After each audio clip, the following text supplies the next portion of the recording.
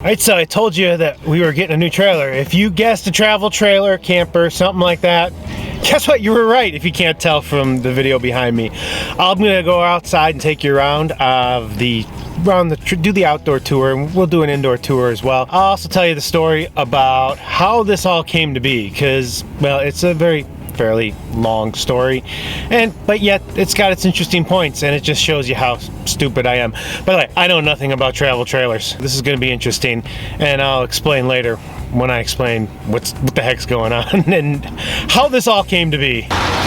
You know what the issues I've been having with the brake controller with everything is? I got one of those in my Ram. I don't have any air right now in the air assist. It's sitting very level. It's not squatting at all. I think the truck next to me is getting ready to move. So it's a Friendship by Gulfstream. I'm not familiar with Gulfstream, so if you know anything about Gulfstreams, whether they're good, bad, or anything, I've had some issues down over here already with this bottom panel. The screws started coming loose. I just tightened those up. The stabilizing system is a Blue Ox. Familiar with it? Familiarized with this system? Is it good? Let me know. So over at the dealer, they told me, well, if I want to, I can upgrade to a 30-pound tank. Then I go, well, where are the gas hookups? Are there any outside or anything for a grill? He goes, nope, the only hookup is your stove inside the camper. I'm like, I might as well just take that one out. Lighten up my load a little bit. It does have under the bed storage on the outside. That's the only storage on the outside is right there. Power hookup, water inputs, water outputs. I mean, it's very simple, basic. These are just stabilizing jacks. They're not leveling jacks. They come with a spare tire. Apparently that's a bonus. We have a power awning, as well as an outdoor cable antenna hookup and a power outlet on the outside. Over here, this is the hot water heater. It's a direct heat hot water heater, so we get like hot water instantaneously. We don't have any tanks or anything, have to store any extra water in that, so that's kind of nice. I think that might be something that they're pretty much doing standard now. I will take you inside. Basic steps, 14-inch wheels. This is I believe dry. It's just about 3,000 pounds. Fully loaded, you can get up to, it's at 3,500, I believe 3,800 is the max capacity of weight, total weight. So we do have a TV antenna, and there's an AC unit up on top as well. And once we get to the final destination, I'll bring you in on the inside. There's really not much to it. Over here we got the bed, there's a closet, there's a shelf up there. I don't know what I'm going to put up there. I can't travel with anything up there. Got some cabinets, dinette. There's two bunks back here. This is going to be converted to a dog kennel. I actually got the gate right there. This is actually going to be converted to my son's fort, I guess you can call it. I got a little cloth here that I got to measure for, that's going to go across here so he can have his little private area. He already claimed this as his space. Microwave, refrigerator, gas stove. This is the only thing in the entire RV that's on gas. We have a direct hot water heater that's all electric. Over here is the fireplace underneath the sink. Yeah, well, that's also the heater. It does have AC. That's very important. Dinette turns into a bed. And behind door number one and only door is the commode. There is a shower where I got a bunch of stuff stored right now. Toilet, and if you notice, there's no sink in here. We kind of like it that way. Just, we need a sink, we got one over here in the kitchen. So, I mean, that's the whole major tour of the whole RV. It's not anything really big, fancy. Very simple, basic. But, hey, it's your home away from home. Oh yeah, and there's the control panel. case you're wondering. We got lights. This is for the awning. I got the water pump, water heater. And that's where the TV's gotta go, which we don't have a TV yet. But that's where it's gonna go, right where it says TV backer location. Let me tell you a little bit about how we got here. I actually bought this and my wife wasn't present when I bought it.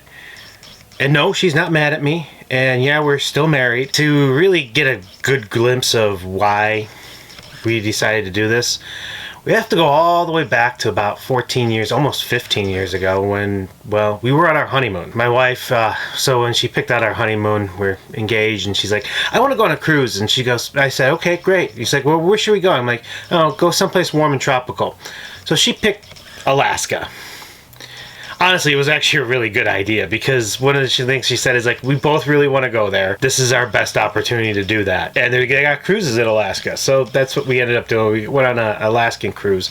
But that's neither here nor there. While we were on the cruise, we're creating our entire life together. We're talking about what we want to do. And one of the things that came up, we both like to travel. Something that we really haven't even, since getting married, haven't really done much of. One of the things that we said we were going to do together was we were going to visit all 50 states. We said, hey, we got probably the toughest one. We're here on our honeymoon. We're going to visit all 50 states together.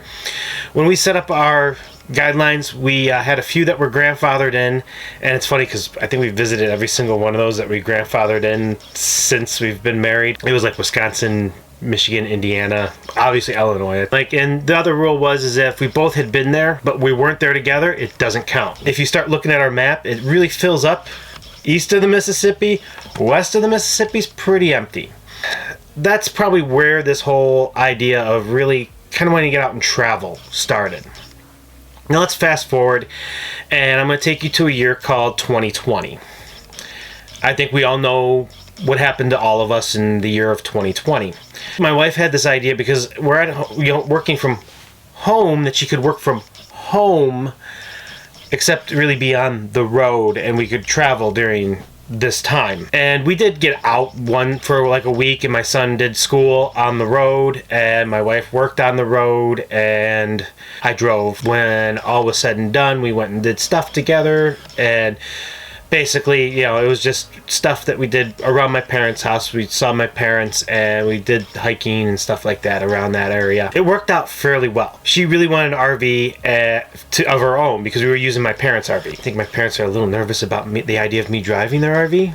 I don't blame them. So that was one of the things, and she kept looking at these fifth wheel trailers. Basically, I put the kibosh on that. I sat there and said, even though I had the pickup truck at the time, I said, and I basically just had gotten the pickup truck, I go, yeah, if we get a trailer that big, I'm going to need a bigger truck. I'm going to need to get a new truck already to tow that trailer. But yeah, she was looking at these massive RVs. And what happened is over the years and stuff like that, I mean, and for me, we were at two polar opposites. I was like, I only want a pop-up camper. And I was trying to find pop-up campers. And the reason why I want a pop-up camper is because it would fit in the garage. That's basically the only reason why. I started looking at different pop-up campers. She's like, I want a bathroom and I want, hard walls. So I started looking at pop-up campers that have hard walls. Basically, anything with a pop-up camper, you don't really have a bathroom. You have a toilet that you have to pull out, a cassette toilet, and clear out yourself. It's kind of nasty. Earlier in the week, and I'm going to fast forward to more present time, to the week that all this basically went down. Beginning of the week, I went to my wife and I was like, was online looking at different campers and things like that. I found some that I thought were kind of nice.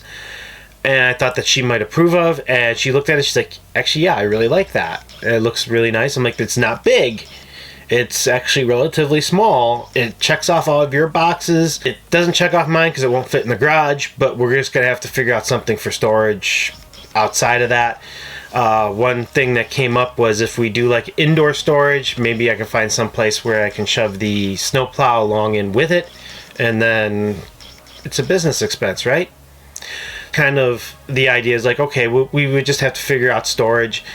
And we started looking at these campers, and we found a camper that we liked. And it had pretty much the exact same layout, pretty close to the one that we're sitting in right now. The only difference is where the refrigerator is, that's where the door is, and where the door is, that's where the refrigerator is. And we were looking at it, and it was a RV place really close to our house. And I was looking at their site, and they were talking about the RV show. that was happening in Chicago in the weekend. That particular weekend, I was like, oh, maybe I'll go out there and actually physically look at it. It's kind of nice at the shows because even though they're trying to sell you stuff, they know there's a lot of looky-loos, and they're not going to be really, on top of you to buy something.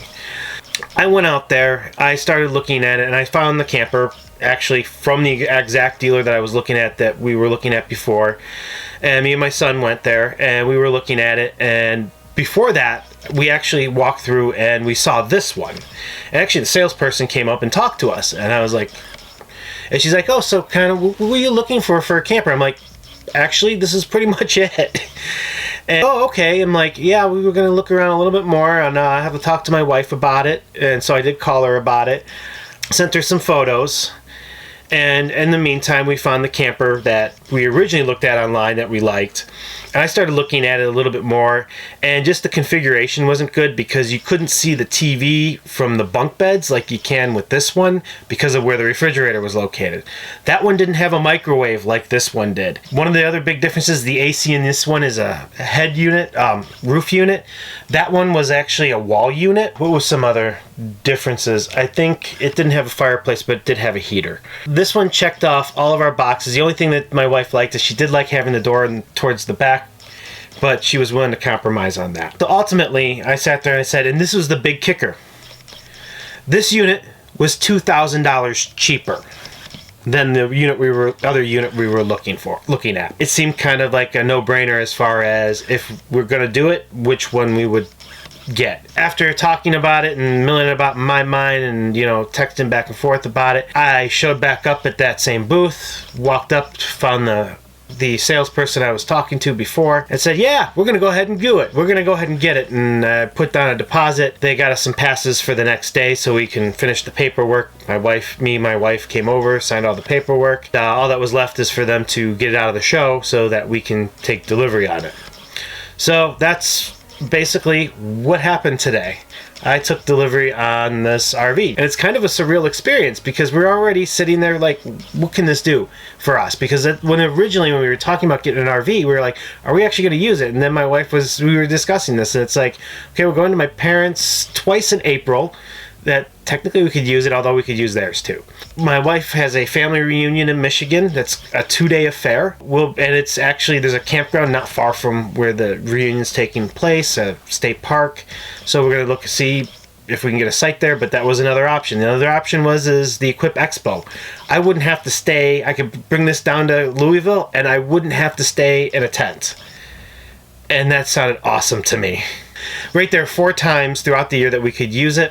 After we got the RV, my wife was talking to her sister, and her sister had planned a trip to Las Vegas and the Grand Canyon during spring break, her kids' spring break, and she's like, oh, you can come with us. And I was like, I went to my one day going out there and that kind of thing, trying to figure out, would it work? It turns out her kids and my son have spring break at the same week. It's taking its maiden voyage. It's going all the way from Chicago, well, actually, technically, because of the storage location and everything with getting here, it's 5 hours from my house, actually 6 hours from my house. So where it's being stored, it's actually with my parents, and I talked to my dad. He's going to drive it up to St. Louis, meet us in St. Louis so we can pick it up and drive it the rest of the way to Colorado. When on our way home, we're actually just going to drive it straight home because the following week we're coming back over down here, so we'll just have a rough week with too many things in the driveway for that 1 week. And it's going to be hopefully I don't have to pull my landscape trailer out that week.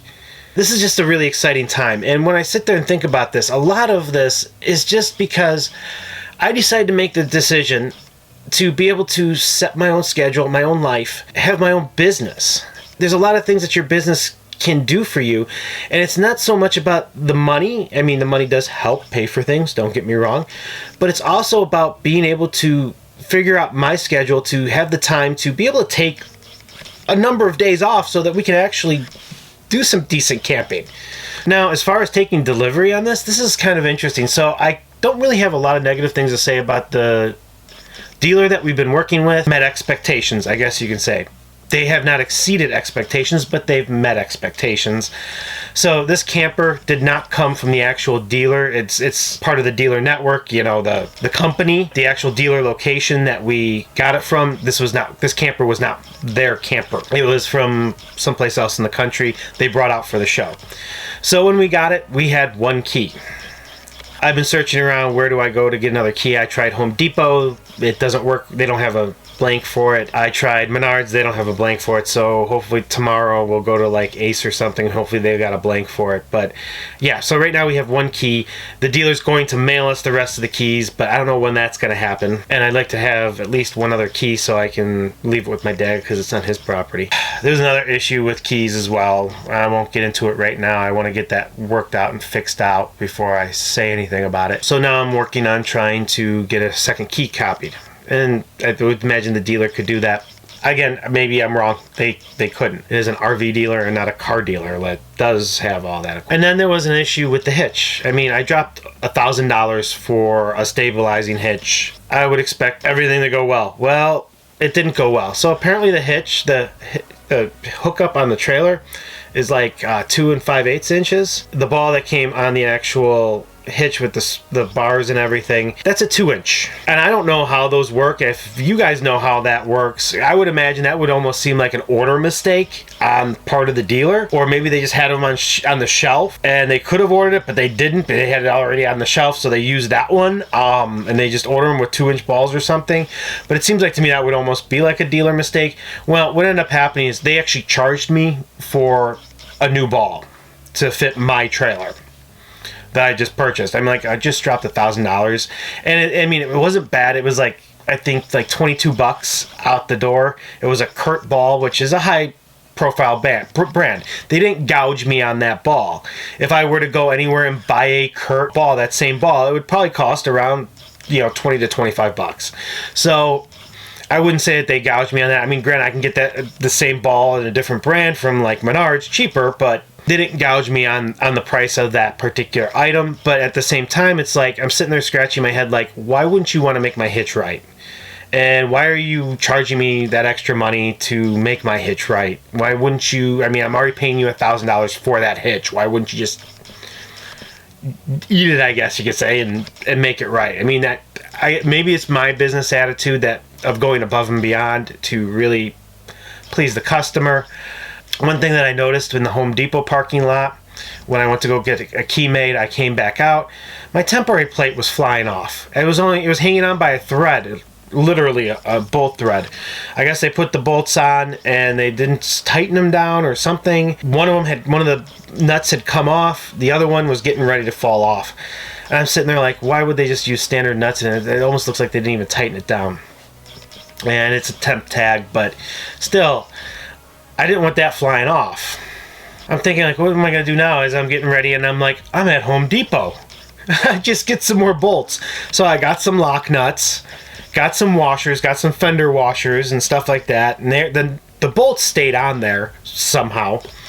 But at least the one that lost the nut even stayed on there. So I just took that one out and matched up to figure out what threads I needed and what nuts I needed and that kind of thing. And I just bought the hardware there at Home Depot. I mean, this is an exciting time for me and my entire family, actually. I just can't keep thinking about, you know, what my business has actually allowed me to be able to do. And so even though this isn't much of a lawn care video, I guess you can say, this is about my business, even though it's not about my business, because this couldn't happen. This would have never made logical sense if I wasn't working for myself, if I didn't have my own or my own business. And like I said, I know nothing about RVing, so if you guys do, if you can give me any tips, tricks, I mean, you want to tell me I bought a piece of junk, go for it. I'm kind of beginning to see that now, just after this trip out, so I'll have to look at it in the daylight and see how everything's worked out.